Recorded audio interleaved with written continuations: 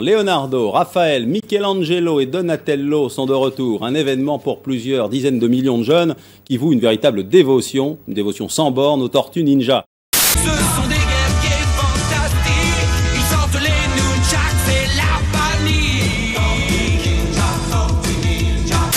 Eh bien, salut à tous et à toutes, c'est Monsieur Toc, le pizzaiolo qui fouille tous les EHPAD brésiliens à la recherche de pepperoni. J'espère que vous allez bien et que vous avez apprécié mon test du très sympathique Starship Troopers Extermination. D'ailleurs, le concours est à présent terminé, donc pensez bien à aller vérifier dans la description si vous avez gagné. Et devinez quoi? Bah oui, à la fin de cette vidéo, j'aurai encore un code PS5 à vous offrir du jeu que je vous teste aujourd'hui. Vous pouvez oublier les Dragon Ball Sparking Zero, le remake de Silent Hill 2 et autres métaphores ReFantasio. Ici, on va évidemment parler de toute autre chose. En effet, ce 18 octobre voit débarquer un jeu Tortue Ninja qui a malheureusement un énorme problème. Ouais, les mutants se déchaînent n'a bénéficié d'aucun budget communication et marketing. Résultat, ça va sûrement faire des ventes misérables et passer totalement inaperçu, alors que en réalité, c'est l'un des meilleurs jeux TMNT de tous les temps. Et d'ailleurs, apparemment, c'est la période parfaite pour les amateurs de tortues parce que le 6 novembre sortira Teenage Mutant Ninja Turtles Splinter Fate. Un jeu que vous connaissez peut-être déjà dans sa version Nintendo Switch, mais qui cette fois s'apprête à débarquer sur PC. Donc n'hésitez surtout pas à aller tester la démo qui vient tout juste de sortir, puis à le wishlister, évidemment, c'est totalement gratuit. Pour résumer, c'est un jeu d'action roguelike en vue 3D isométrique, dans lequel vous pouvez incarner les 4 tortues iconiques, et ce afin de sauver votre maître. Le truc vraiment stylé, c'est que l'aventure est faisable en solo bien sûr, mais aussi intégralement en coop à 4 joueurs, en ligne ou en local, sur le même canapé. Évidemment, roguelike oblige, chaque partie sera différente dans le sens où chaque ennemi, chaque mini-boss et chaque pouvoir apparaissent aléatoirement. Et bien entendu, vous conservez votre progression même si vous mourrez. Si en plus de ça, je vous dis que cette version PC débarque directement en 4K 60 FPS et que le scénar est une histoire inédite des auteurs Kevin Michael Johnson et Tom Waltz, je crois que c'est clair, si vous aimez les Tortues Ninja, vous ne pouvez pas passer à côté de ce jeu. Alors, je ne vais pas y aller par 4 chemins tortueux, oui, on fête cette année les 40 piges de la franchise, mine de rien. Alors, si vous êtes aussi fan que moi de TMNT, et peut-être même depuis les tout premiers comics, voire depuis 1987, l'année de ma naissance et celle de la série animée, sachez que le jeu vidéo que je vous teste aujourd'hui n'est absolument pas ce que vous croyez. Les mutants se déchaînent, c'est le nouveau bébé d'un tout petit studio espagnol, à qui l'on doit déjà le jeu Art & Slash, sorti en l'an de grâce 2016. Mais revenons à présent en 2024, car ce Mutants Unleashed se présente comme une espèce de mix entre un jeu d'action beat 'em up, mais également des aspects totalement différents, auxquels personne n'aurait pu s'attendre. Contrairement au projet Shredder's Revenge, sorti en 2022 et excellent au demeurant, ici entre les missions baston, le jeu ne s'arrête pas pour autant, mettant en avant notamment des influences à la Yakuza et à la Persona. Bon, toute proportion gardée bien sûr, mais disons que dans 99% des jeux du genre, normalement, on passe d'une mission à une autre, on enchaîne, tant pis pour cool chaîne. Eh bien ici, c'est pas le cas. On vous affiche une map en vue de dessus sur laquelle on vous donne le choix entre plusieurs endroits qui ont chacun leur propre PNJ attitré et chacun leur propre tortue correspondante. Par exemple, dans votre maison, vous allez pouvoir vous entraîner au combat avec votre parappa.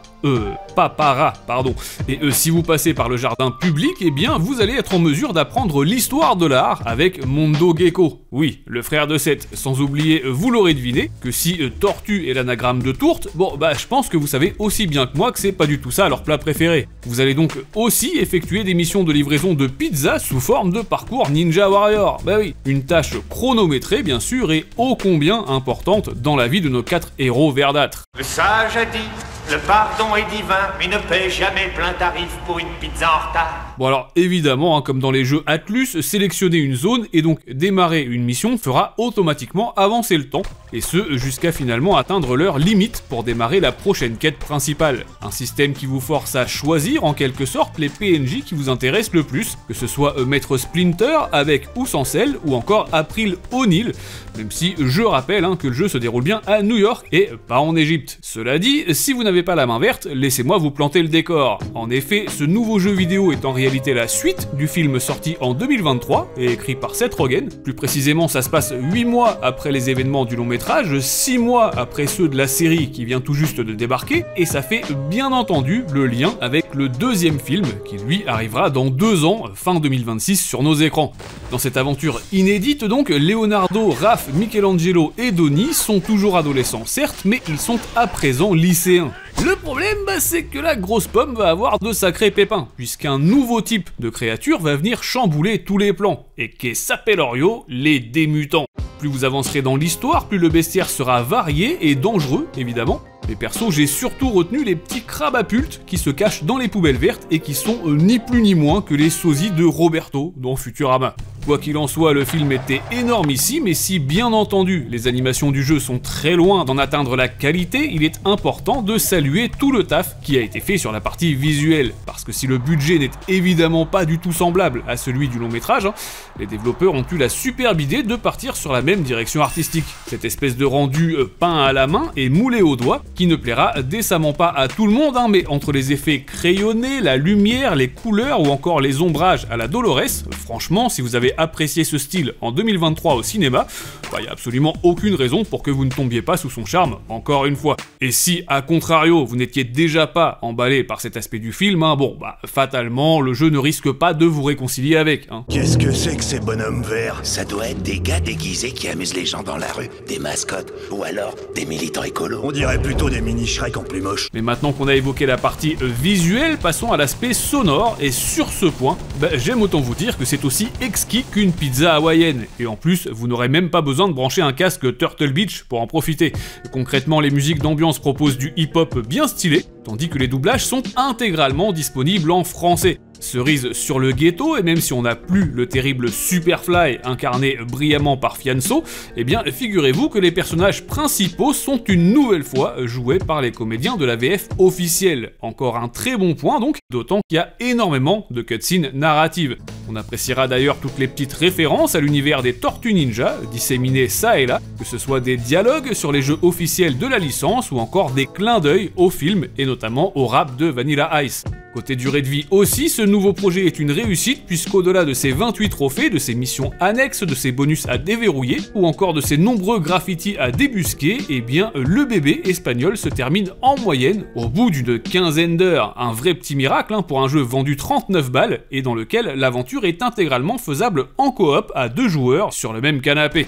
Mais puisque Les Mutants se déchaînent n'est pas là que pour le fanservice, même si on apprécie évidemment toujours autant de retrouver Rocksteady ou encore Bebop avec ses tétons dégueulasses, il est temps pour moi de vous révéler ce que le jeu peut bien cacher d'autre sous sa carapace. La bagarre! Voilà, exactement. Et c'est super important parce que dans un projet comme celui-ci, ça représente un très gros segment. Bon, comme dans la plupart des jeux TMNT, évidemment, Les Mutants se déchaînent est un beat'em up à l'ancienne. Néanmoins, ici, on est évidemment sur de la pure 3D, proposant des bastons rappelant les premiers Yakuza, ainsi qu'un compteur de combo en haut à droite de l'écran à la DMC ou Bayonetta. Pour ma part, j'ai trouvé ça bien patate, on ressent complètement le feeling des différentes attaques, par contre c'est vraiment brouillon, la caméra fait parfois n'importe quoi, c'est vraiment dommage, et j'aime autant vous prévenir également, les premières heures on souffre énormément, et les coups spéciaux ainsi que les combos les plus fun sont à débloquer dans l'arbre de compétences de chacun de nos 4 héros. Donc ce sera à vous de les remplir comme on remplit un album Panini, mais en ayant obligatoirement au préalable augmenté le plus possible vos liens d'amitié avec les PNJ de la map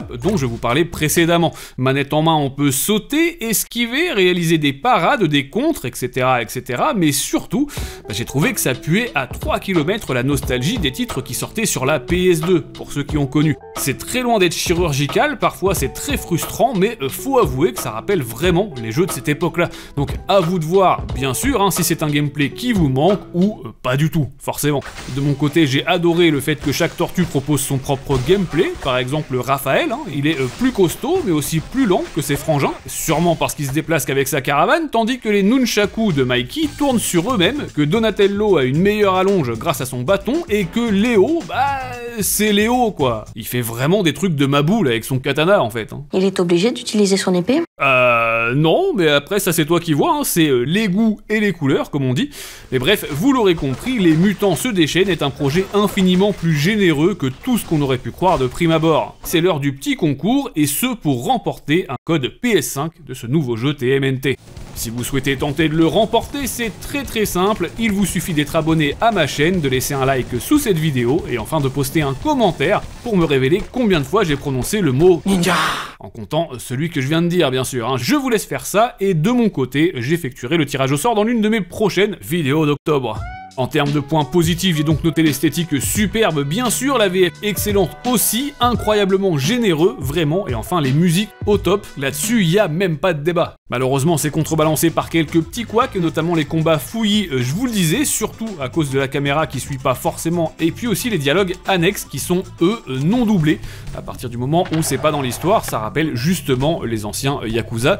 Bon, y a pas mort d'homme, mais c'est vrai que c'est toujours un petit peu dommage. Voilà donc tout ce que je pouvais vous dire, en tous les cas, sur ce Tortue Ninja, Les Mutants se déchaînent. Ça sort sur tous les supports à moins de 40 balles, donc n'hésitez pas. Si vous avez des questions, je les retourné dans tous les sens, je pense pouvoir y répondre. Pensez bien à vous abonner, à laisser votre plus beau pouce bleu, à partager cette vidéo partout où vous le pourrez, et puis bien sûr à me rejoindre sur les réseaux sociaux si le cœur vous en dit. Pensez aussi à devenir membre soutien si vous en avez la possibilité. Et puis de mon côté, je vous dis à très bientôt pour de prochaines vidéos, mais d'ici là, jouez bien, amusez-vous bien, et à très vite. Et maintenant par où? Eh ben, à travers cette conduite bleue. Je peux pas nager là-dedans. Le courant est trop fort. Oh, c'est pas vrai. Alors quoi? On est dans une impasse? Je peux essayer avec mon slip de course européen. Il a une meilleure hydrodynamique. Mais il est moins couvrant. Pour dire les choses comme elles sont.